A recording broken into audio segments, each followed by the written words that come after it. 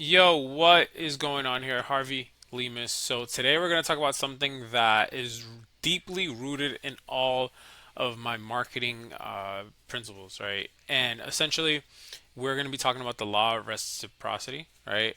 I still can't say that word after saying it 1,000 times.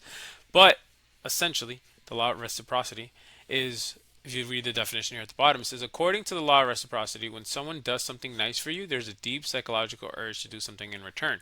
Okay, this is so important to understand because once you understand that in order to get, you have to give, right? And this is something that, if you really look into it, it's in all spiritual texts. It's in everything really. It's be the source, and because when you're the source, you get that right back, right? It's when what's the Bible one? It's like when it's the reap is see sow what you reap, right? Reap what you sow, something along those lines, right? I gotta get better at my biblical references, but and it's just everywhere, right? So it's like when you give something, you people want to give back, or the world wants to. It's gonna give it back to you somehow. And when you go to the car dealership, every time you sit down, they're gonna give you a water, right? When you go to a restaurant, they're gonna give you chips, right? For free. When you go anywhere, right, you're always going to get something for free because they know it's going to come back to them 10 times more. So why am I talking about this today, right? So there's a good book by Robert Cialdini, who's like one of the legends in like research, right? He's not even a marketer. He's like more of like a researcher. And he was talking about all the instances where, marketing is used to take advantage of people. And one of them is the law of reciprocity, right? So essentially, when someone gives something to you first, you're going to want to give to them back. It's just human nature, and the pattern has been identified. So just listen. Um, this is why every time you create a lead magnet, right, or every time you have free videos, or every time you have something, see, I'm manipulating you right now with this free video because you're going to get so much value from it. You're going to want to work with me. So I'm just joking.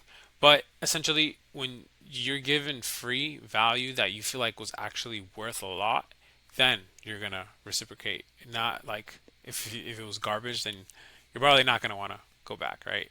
But essentially, the law of reciprocity is so important when you're creating lead magnets, when you're having a sales call, when you're on a first date, whenever you're having an initial meeting with someone, you want to be giving value, right? And the reason I say this is because so when I was younger, right, till this day still, I get invited to a lot of parties, right?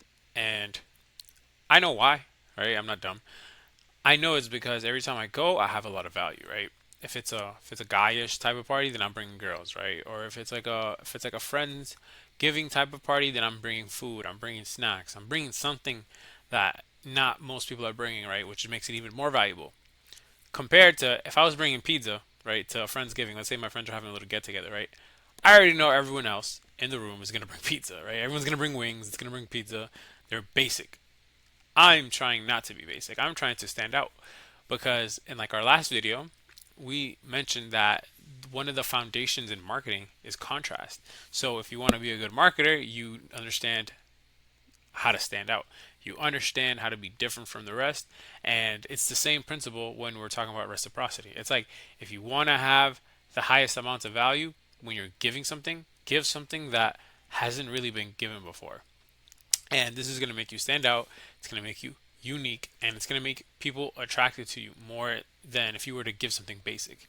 Sure, the basic stuff all still works. However, when you give something unique, you really leave an imprint on someone's day, right? Or their memory or their impression of you. So, and this happens to me all this. This actually happens to me all the time, to be honest, just because I understand this at such a deep level. However, um, let's just talk about how at my friends had to like get together around like a year ago or something. So I got invited, obviously, and they all brought like some super basic stuff, right? And then what did I come with? I came with like drinks. I came with snacks. We played basketball, so I brought the ball.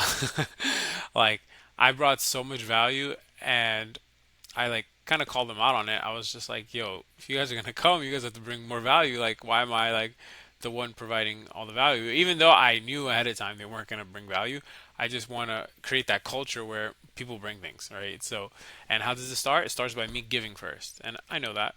But I knew in order to get that from them, I have to be the source, right? I have to be the one who's giving first because that's how the law of reciprocity works. So, think of when you're using this in your marketing, right? Like anytime there's an initial meeting, like this is the law that should come up. Anytime there's an initial discovery call, anytime there's an initial ad, anytime there's something, right? You want to give value. And the reason I've came to this conclusion is because sure, I read it in the book. That's actually not where I got it from. There's this book by David Ogilvy, and he's one of the greatest advertisers of all time.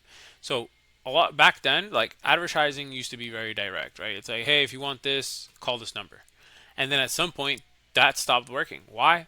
Because everyone was doing it, right? Talking about the law of contrast, everyone started doing the same thing. So no one stood out, and no one was really crushing it with their marketing because everyone looked the same.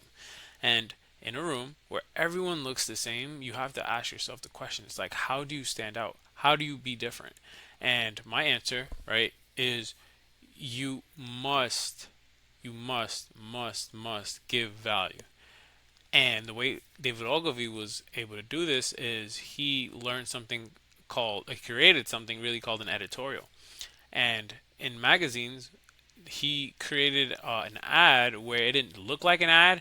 It was actually like a super helpful image, right? Like a super helpful picture or something really entertaining or something really helpful, right? Or something valuable. And well, how can we describe value? Something that I can get into a whole the Alex Hormozy type of definition, but just to give you a simpler definition, something that someone has perceived worth on it, right? And what's perceived worth?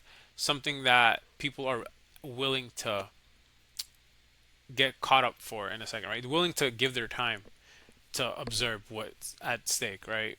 Willing to give up a resource in order for that, right? If it's time, if it's money, if it's energy, right? And if you're looking at an ad, then you're giving up your time, you're giving up your energy because you're spending time reading it.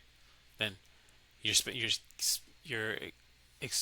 you're giving out effort to read it, right? So there's two things. So clearly it was valuable because it caught their attention. And when you're creating ads, you want to have this similar approach because in a market where everyone's just like copying each other's ads and everyone's just having the same type of marketing, how do you stand out? Is you give value in ways that hasn't been done, in ways that follow the principles of contrast. So what is that? What is the principle of contrast? It's like if I know everyone's giving out a free ebook, right, then I'm going to give out a free checklist that solves a problem that isn't typically solved because I know it's going to have higher resonance in the market. And if you're smart, then you know this and you apply this. So ask yourself, um, where can I be giving value that's not being done, right? So how can you use the law of reciprocity? How can you give value in a way that it's not being typically done? And I want you to think about this question because if I was in person, I'd be asking you, but because this is a video, I just have to let you end this video and dwell upon that. So pause this video now and think about what can I give and how can I give it in the initial meeting that is actually going to be valuable in a way that is of contrast to my entire competitors, right? To the entire competition. So see you in the next one.